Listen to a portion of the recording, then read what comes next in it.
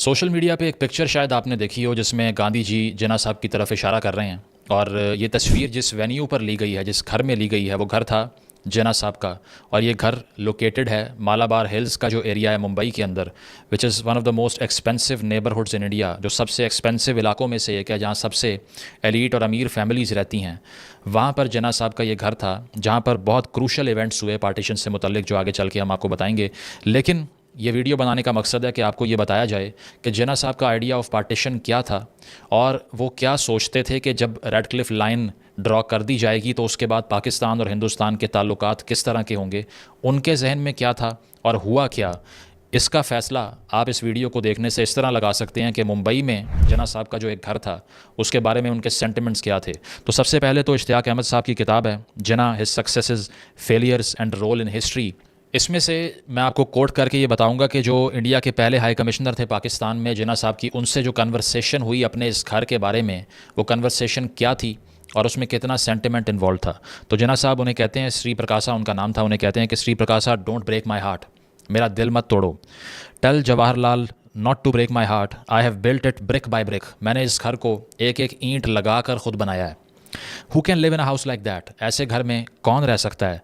What fine verandas, it is a small house only for a small European family और a refined Indian Prince, कि ये घर किसी आम आदमी के इस्तेमाल में मत लाइएगा, मेरा दिल टूट जाएगा वरना, क्योंकि मैंने इसको बहुत अटेंशन से, बहुत एफर्ट से बनाया है।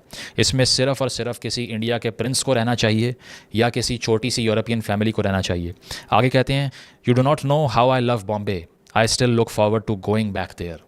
तो मैं नहीं मालूम कि मैं बॉम्बे से कितनी मोहब्बत करता हूँ और मैं अब भी इंतज़ार करता हूँ कि किसी दिन मैं दोबारा बॉम्बे जाऊँ और वहाँ रहूँ। इसके जवाब में श्री प्रकाशा ने कहा, really mister Jinnah, you desire to go back to Bombay, I know how much Bombay owes to you and your great services to the city. मैं जानता हूँ कि आपने बॉम्बे के लिए बहुत कुछ किया है और मैं ये भी जानता हूँ कि आपका डिज़ायर कितना स्ट्रॉन्ग है वहाँ वापस जाने के लिए। May I tell prime minister that you want to go back there, क्या मैं अपने प्राइम मिनिस्टर को ये बताऊँ कि आप वापस लौटना चाहते हैं। जवाब में जिन्ना साहब क्या कहते हैं, येस यू मे, जी आप बता दीजिए कि मैं आना चाहता हूँ। Right Shri Prakasa in his memories Pakistan birth and last days. ये कन्वर्सेशन 30 जुलाई 1948 की कन्वर्सेशन है। इसमें जिन्ना साहब इंडिया के हाई कमिश्नर को ये कह रहे हैं कि मैं अपने घर वापस आना चाहता हूँ। और इसका ये मतलब नहीं कि वो परमानेंटली वहाँ शिफ्ट होना चाह रहे थे, बल्कि मतलब ये है कि उन्होंने कभी सोचा नहीं था कि मेरा घर जो बॉर्डर के उस पार रह गया, मैं दोबारा कभी उसमें जा ही नहीं पाऊँगा। इस घर की कहानी का आगाज़ करते हैं कि ये घर कैसे बना, किस किस ने इसमें कंट्रीब्यूशन की और अब इसका लीगल स्टेटस क्या है, और इससे रिलेटेड जिन्ना साहब का पार्टीशन का विजन कितना ज़्यादा क्लियरली दिखाई देता है। तो ये घर, जो कि मालाबार हिल हाउस कहा जाता है, जिसको साउथ कोर्ट भी कहते हैं, 1936 में ये रेनोवेट हुआ था। इससे पहले भी जिन्ना साहब यहीं रिहाइश पजीर थे, लेकिन 1936 में, उस वक्त तक जिन्ना साहब सबसे एक्सपेंसिव लॉयर्स में से एक थे सब कॉन्टिनेंट के। यानी कि जो उनकी फ़ीस थी, जो वो केस लड़ने की लिया करते थे, it use to be very expensive. और बहुत से लोगों को पाकिस्तान में ये कहानी बताई जाती है कि वो तो बहुत ही गुर्बत की ज़िंदगी गुजार रहे थे और बहुत ही सादा ज़िंदगी गुजार रहे थे। भाई ऐसा कुछ नहीं है, अमीर होने में भी कोई जुर्म नहीं है। मैं ये कह रहा हूँ कि he belonged to the elite of the Indian subcontinent. और अगर आप उनके सूट्स देखें, उनका रहन सहन देखें, उनके लग्जेरियस क्लोथिंग्स, या उनका घर देख लीजिए, या जिस किस्म का अंदर यूरोपियन, इटालियन, फ्रेंच फर्नीचर पड़ा हुआ था, उसको देख लें, तो आपको अंदाज़ा होता है कि ये आदमी एक रॉयल लाइफस्टाइल गुजार रहा था। तो इसमें कोई बुरी बात नहीं है, लेकिन तारीख यहाँ सही बताई नहीं जाती। और बहुत से लोग झूठी कहानियाँ सुनाते हैं कि उनके पास तो कोई पैसा बचा नहीं, इसीलिए कि उन्होंने बिला मुआवजा केसेस लड़े और ये सब किया। ऐसा बिल्कुल नहीं था। तो ये घर 1936 में उन्होंने इंग्लैंड से वापस आकर रेनोवेट किया, इसको यूरोपियन स्टाइल में बनवाया। 2.5 एकड़ का ये घर था माउंट प्लेजेंट रोड, जिसको आजकल भाऊ साहब हेरे मर्ग कहा जाता है। और ये मालाबार हिल की जो अपस्केल जो नेबरहुड है, वहाँ पर ये सिचुएटेड है। इसकी तस्वीरें भी आप अभी देख सकते हैं। इंटीरियर की पिक्चर्स तो अवेलेबल नहीं है गालिबन, लेकिन बाहर से आपको अंदाज़ा होता है कि ये कितनी एलीट नेबरहुड थी। साथ साथ जिन्ना साहब ने उस वक्त, यानी कि 1936 में, इसकी रेनोवेशन पे 2 लाख रुपए का खर्चा किया था, 2 लाख रुपीज़। इसके अलावा जो इंडियन इंस्टीट्यूट ऑफ आर्किटेक्ट्स के प्रेसिडेंट थे क्लॉड बैटली, उनको एम्प्लॉय करके जिन्ना साहब ने ये घर सारा डिज़ाइन करवाया था उनसे। और उन्होंने यूरोपियन आर्ट डेको स्टाइल में इसको डिज़ाइन किया था, जो कि पेरिस में इस्तेमाल हो रहा था उस वक्त, फर्स्ट वर्ल्ड वॉर से पहले की बात है। तो जिन्ना साहब ने बिल्कुल उन लाइंस के ऊपर अपनी रेजिडेंस को बनवाया था। आगे चलते हैं। जिन्ना साहब और गांधी जी के दरमियान पार्टीशन पर बहुत सी टॉक्स इसी घर में हुई। इसके अलावा ये वही घर है जहाँ सुभाष चंद्र बोस और नेहरू जी के दरमियान जो कन्वर्सेशंस जिन्ना साहब के साथ हो रही थी 15 अगस्त 1946 की, वो भी इसी घर में हुई। इसके साथ साथ इस घर को को रेनोवेट करने से पहले, बहुत पहले 1918 में रतन बाई पैटेट जो कि जिन्ना साहब की वाइफ थी, who was 18 years old at the time and Jinnah was like 42 I guess, उनकी शादी जब हुई तो वो भी इसी घर में हुई थी, लेकिन ये इस घर की रेनोवेशन से पहले की बात है। और चूंकि यहाँ पार्टीशन की बहुत सी नेगोशिएशंस हो रही थी, तो इसीलिए अब से कुछ साल पहले बीजेपी के एमएलए प्रभत मंगल लोधा ने इस घर के बारे में कहा था, it was the place from where the partition conspiracy was hatched, it should be demolished. Lodha साहब ने, जो कि बीजेपी के एमएलए हैं, उन्होंने ये कहा था कि इस घर में जो साजिश थी बंटवारे की वो रची गई है, इसीलिए इसको डिमोलिश कर देना चाहिए और यहाँ पर एक कल्चरल सेंटर बनना चाहिए महाराष्ट्र का।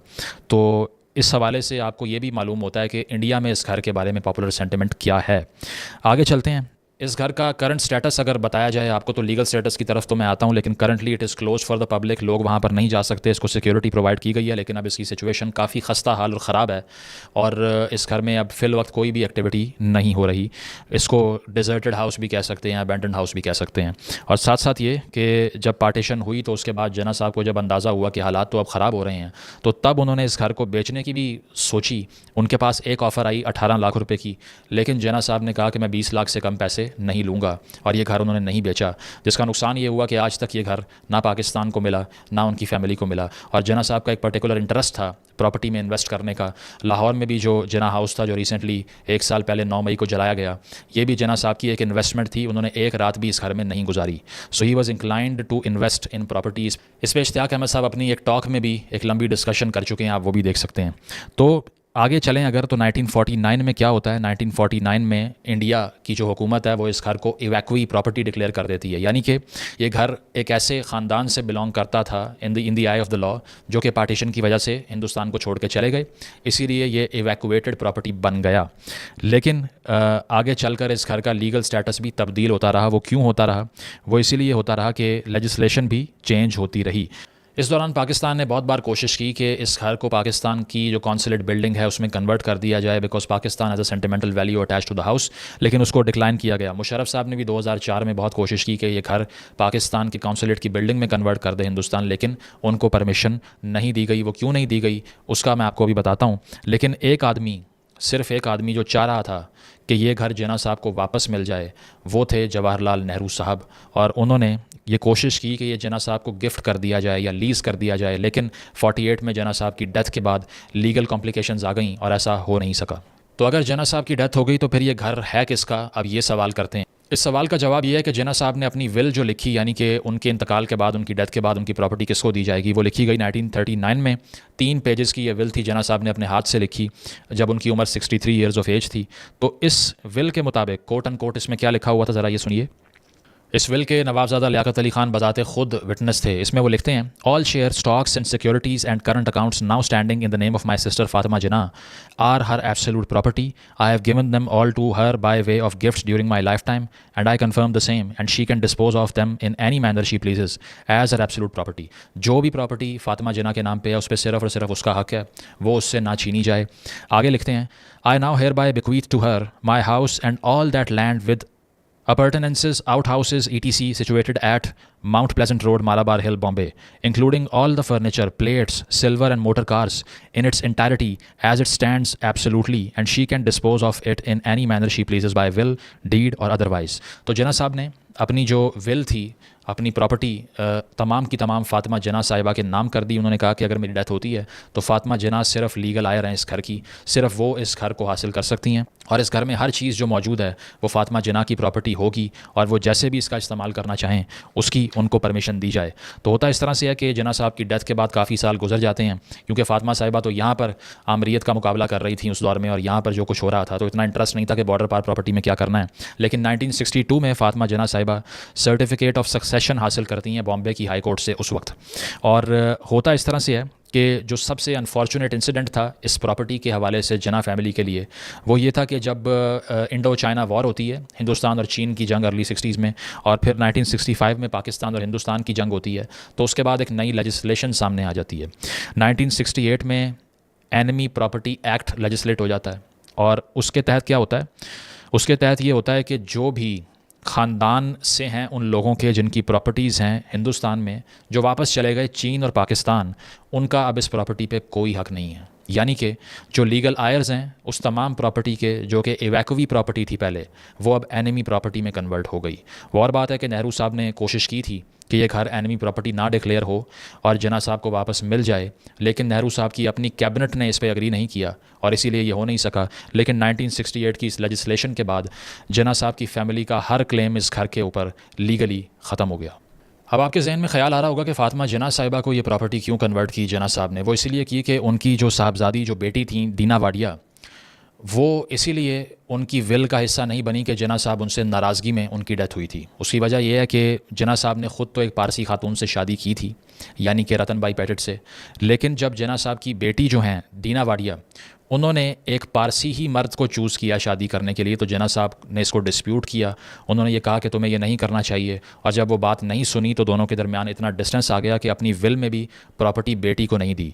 लेकिन चूँकि फ़ातिमा जिन्ना की भी बाद में डेथ हो गई, जिन्ना साहब को भी ये घर नहीं मिल सका, तो 2007 के अंदर दीना वाडिया, जो कि उस वक्त 88 ईयर्स ऑफ एज की थी, she died in America by the way, उन्होंने एक पिटीशन फाइल की मुंबई हाई कोर्ट में इस घर की ऑनरशिप लेने के लिए। 2007 की बात कर रहा हूँ। उन्होंने ये कहा कि फ़ातिमा जिन्ना का हक़ नहीं था इस प्रॉपर्टी पे, क्योंकि उनके पास प्रोबेट्स और डॉक्यूमेंट्स मुकम्मल नहीं थे, वो मेरे पास हैं। लेकिन गवर्नमेंट ने अपोज़ किया इस चीज़ को, यानी कि हिंदुस्तान की हुकूमत ने 2007 में इसको अपोज़ किया और ये कहा कि लीगल आयर जो है इस घर की, जो डिज़र्व करती थी ये घर, वो सिर्फ़ और सिर्फ फ़ातिमा जिन्ना है, क्योंकि जिन्ना साहब की विल में उनका जिक्र है, आपका जिक्र नहीं है। तो तब भी कुछ नहीं हो सका, ये केस चलता रहा और दीना वाडिया की भी डेथ हो गई 2017 के अंदर। तो उसके बाद उनके जो बेटे हैं नुस्ली वाडिया, उनको कोर्ट ने अब परमिशन दी है, मुंबई की कोर्ट ने, कि आप एज अ पटिशनर अपनी मदर को रिप्लेस कर सकते हैं, लेकिन इससे ज़्यादा कुछ हो नहीं सका। तो अब तक after fighting a legal battle encompassing on decades, ये घर जिन्ना साहब को, उनकी फैमिली को या पाकिस्तान को, किसी को वापस नहीं मिल सका। इस पे हो कुछ नहीं सकता, इसीलिए कि लेजिस्लेट करना तो किसी भी मुल्क का हक़ है, और वो जो भी लेजिस्लेट करें उसका कोई तोड़ नहीं हो सकता अगर आपके उससे रिलेशंस ठीक नहीं हैं। चूँकि पाकिस्तान और हिंदुस्तान के दरमियान मल्टीपल वॉर्स हो गई, 65 में, 71 में, कारगिल में, और उसके बाद मल्टीपल स्कर्मिशेस हुए, इसीलिए कभी भी रिलेशनशिप्स इतने कोर्डियल थे ही नहीं कि हम ये घर उनसे मांग सकते या हमें ये मिल पाता। तो आखिर में एक पॉइंट ये है कि आप ये सोचिए कि एक मुल्क जो एक आदमी ने बनाया, उसका उस मुल्क के बारे में कंसेप्शन ये है कि मैं गर्मियों की छुट्टियां उस घर में जाके गुजारा करूंगा। इसका मतलब ये है कि उन्होंने कभी सोचा नहीं था कि ये इतना हार्ड बॉर्डर बन जाएगा, इतनी लड़ाइयाँ और इतनी जंगें होंगी, क्योंकि जिन्ना साहब का जो कंसेप्शन था पाकिस्तान और हिंदुस्तान के रिलेशंस के बारे में, वो बहुत ही पॉजिटिव था। वो ये सोचते थे कि ये जंगें वगैरह और ये सब लड़ने की ज़रूरत नहीं है, क्योंकि हमारा जो मसला था वो तो अब ख़त्म हो चुका है, इसीलिए हमें इस पर लड़ने की ज़रूरत है ही नहीं। जिन्ना साहब ने एक इंटरव्यू दिया था जनरल इज़्मे के साथ, जो कि वायसराय स्टाफ के चीफ़ थे, और ये इंटरव्यू कोट किया गया है अकबर एस अहमद की किताब में, जिस किताब का नाम है जिन्ना पाकिस्तान एंड इस्लामिक आइडेंटिटी। इससे आप अंदाज़ा लगाइएगा कि जिन्ना साहब का पार्टीशन का विज़न कितना सॉफ्ट है और आज हम हिंदुस्तान के बारे में क्या सोचते हैं। तो इस किताब में जिन्ना साहब कहते हैं, Mr. Jinnah said with the greatest earnestness that once partition had been decided upon, everyone would know exactly where they were, all troubles would cease and they would live happily ever after. जिन्ना साहब ने clearly कहा कि partition की ही लड़ाई है, बंटवारे की लड़ाई है, ज़मीन की लड़ाई है। एक बार लड़ाई ख़त्म हुई तो तमाम बुरे ताल्लुकात ख़त्म हो जाएंगे और हमेशा की एक खुशी की ज़िंदगी शुरू हो जाएगी और एक बड़ा पॉजिटिव और अच्छा ताल्लुक़ कायम हो जाएगा पाकिस्तान और भारत के दरमियान। आगे कहते हैं, he quoted me the case of two brothers who hated each other like poison as a result of the portions allotted to them under their father's will. अब ये बहुत इंटरेस्टिंग मिसाल है। वो कोट करते हैं इस किताब में कि जर्नलिज्म को उन्होंने बताया कि हिंदुस्तान और पाकिस्तान का मसला दो भाइयों की तरह था, जो कि ऊपर और नीचे एक घर के मुख्तलिफ पोर्शंस में रह रहे थे, और उन दोनों को अपना अपना पोर्शन विल के मुताबिक, उनके वालिद की विल के मुताबिक अलॉट किया गया था। अब वालिद की यहाँ किसको कह रहे हैं? ब्रिटिश गवर्नमेंट को। एक पोर्शन पाकिस्तान का, एक पोर्शन हिंदुस्तान का। तो जिन्ना साहब ये कह रहे हैं कि मेरे पास जो केस आया पार्टीशन का, एज अ लॉयर मैंने उसको ऐसे देखा कि एक घर है जिसके दो पोर्शन हैं और वो दो पोर्शन ब्रिटिश गवर्नमेंट ने दिए हैं, और लड़ाई इसीलिए हो रही है कि ये पोर्शन मेरा नहीं है, ये तुम्हारा नहीं है, ठीक है। आगे कहते हैं, finally they would bear it no longer and took the case to court, कि अब वो मज़ीद लड़ लड़ के थक गए थे, इसीलिए वो केस अदालत में ले गए दोनों भाई, यानी कि पाकिस्तान और Hindustan. 2 years later, Mr. Jinnah met his client and asked how he was getting on and how was his brother. यानी कि इन दो भाइयों का केस जिन्ना साहब ने लड़ा, और जब 2 साल गुजर गए ये केस लड़ने के बाद, तो जिन्ना साहब एक दिन एक भाई से मिले और उनसे पूछा कि अब तुम्हारी लड़ाई तो नहीं हो रही? तो उस भाई ने जवाब दिया, oh once the case was decided we became the greatest friends, कि अब तो केस का फ़ैसला हो गया है, इसीलिए हम बेहतरीन दोस्त हैं। ये था जिन्ना साहब का पार्टीशन का विजन, कि वो ये सोच रहे थे कि इन दो भाइयों की लड़ाई ख़त्म हो गई, दरमियान में रेड क्लिफ लाइन ड्रॉ हो गई, जायदाद का झगड़ा ख़त्म हो गया, इसीलिए अब सिर्फ दोस्ती और भाईचारा और अमन की बातें होंगी। हुआ क्या? उससे बिल्कुल अपोजिट। पहली जंग जना साहब की ज़िंदगी में नाफिज हो गई भारत के ऊपर कश्मीर के नाम पे। दूसरी जंग अयूब साहब ने नाफिज कर दी भुट्टो साहब के मशवरे के बाद। तीसरी जंग 71 में करना पड़ी क्योंकि हमारा एक्सपेंशनिस्ट डिज़ाइन था। पहले बांग्लादेश बन गया और उसके बाद भारत के बॉर्डर पर जंग शुरू हो गई। फिर मुशर्रफ साहब ने अपने दौरे हुकूमत के अंदर, बल्कि उससे पहले ही, कारगिल में महाज खोल दिया और आज तक ये दोनों भाई लड़ते जा रहे हैं। और नुकसान सबसे ज़्यादा इस भाई को हो रहा है जो कि गरीब रह गया है, क्योंकि हिंदुस्तान की इकॉनमी प्रॉस्पर कर गई। हम आज भी एक सिक्योरिटी और एक गैरिजन स्टेट की फॉर्म में एग्जिस्ट करते हैं जो कि अपने लोगों पे इन्वेस्ट नहीं कर रही, लेकिन वो सारी इन्वेस्टमेंट असलहे गोला बारूद पे इसीलिए करती है कि उसको भारत से ख़तरा है, जो कि रैशनल बात भी नहीं है। तो इससे आपको आइडिया होता है कि जो लोग पाकिस्तान में ये बात करते हैं कि जिन्ना का पाकिस्तान क्या था, जिन्ना का पाकिस्तान ये था कि उनकी कंसेप्शन ऑफ पार्टीशन बहुत ही मुख्तलिफ थी। He was not seeing India as an enemy, though it turned out that both the countries could not live in peace because we had different designs. तो ये सब पढ़ने से, ये 3 किताबें जो मैंने कोट की हैं इसको भी आप पढ़ें, इससे आपको अंदाज़ा होगा कि आपसे जो तारीख़ और पार्टीशन के बारे में झूठ बोले गए हैं वो 80 से 90% फैब्रिकेशन है, उसमें सच बहुत थोड़ा है। Thank you.